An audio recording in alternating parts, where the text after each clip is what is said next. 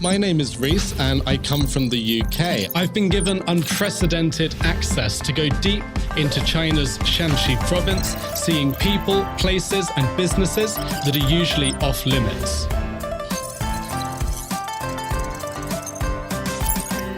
I hope you'll join me to see and understand something new.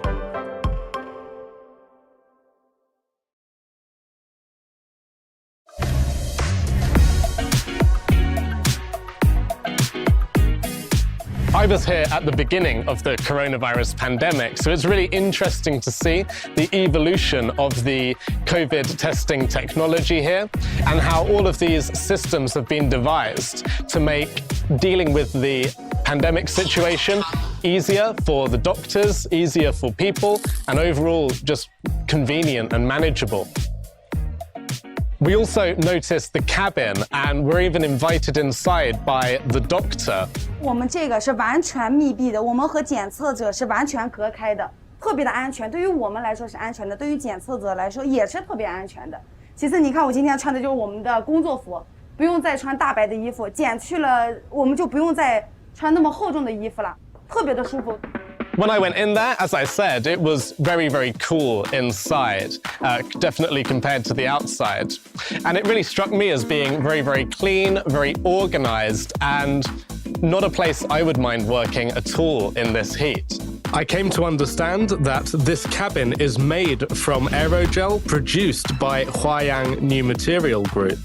And I'm really looking forward to going to the factory over in Yangquan soon to take a further look at how these materials are made and how they can be used.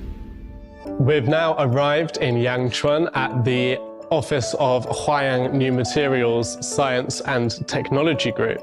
Here, we're going to be able to do some experiments to help us further understand the unique properties of aerogel. And I have some in this little vessel here is quite remarkable.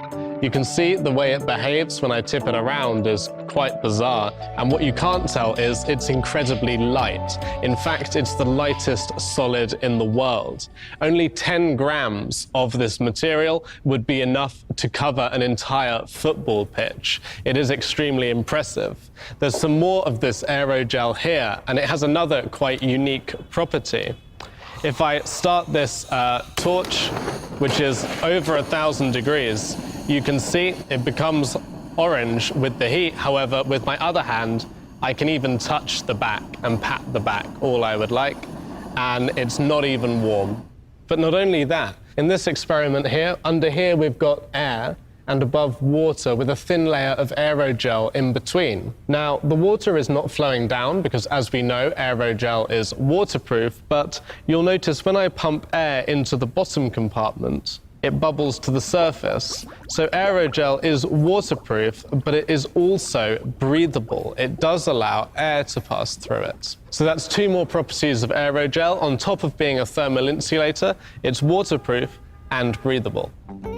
I found that a really, really strange experience when I was doing that. But that one as well really got my mind working, trying to think how we could use these unique properties of aerogel to make products better or make construction better. Where could it help us? So I'm here at the factory now where they make the cabins, both for COVID testing and for living in, out of these new materials. The cabin behind me was in fact built this afternoon, and what surprised me most when I was watching it was just the speed with which it was built.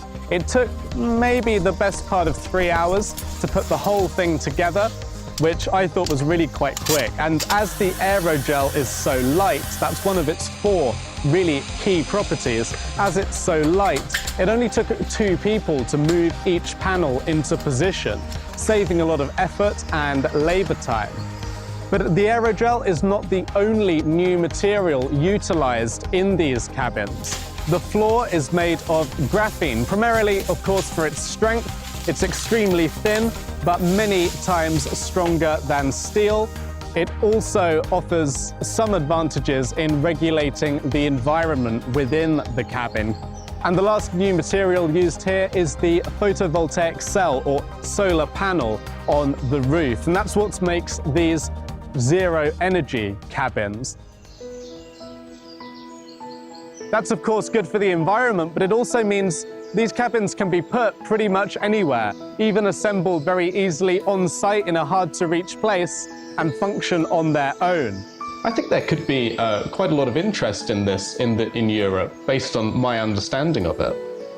We've just taken part in building a cabin, and now I'm really excited to sort of experience what it might be like to live in one of these cabins. So I'm really looking forward to trying this out. It could be, I think, the life of the future. Obviously, making a cup of coffee itself is not too remarkable. It's not particularly interesting. But in the zero energy cabin, it may well be. So, in the zero energy cabin, the electricity for this coffee grinder is going to be coming from the solar panel, which is just over there outside, meaning no energy will be consumed from the national grid or traditional sources when I make this. We saw yesterday aerogel's an excellent insulator. It's really cool in here. It's quite hot and sunny outside. We're right on the side of a hill. But in here, lovely and cool. So I think the coffee is ready now. This might be the first zero energy cup of coffee I've ever made. I dare say it'll taste just as good.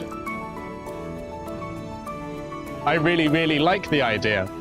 The key highlight of this cabin, of course, is the way that it can reduce our impact on the environment. These two projects, what they have in common is that they utilize the unique properties of these new materials.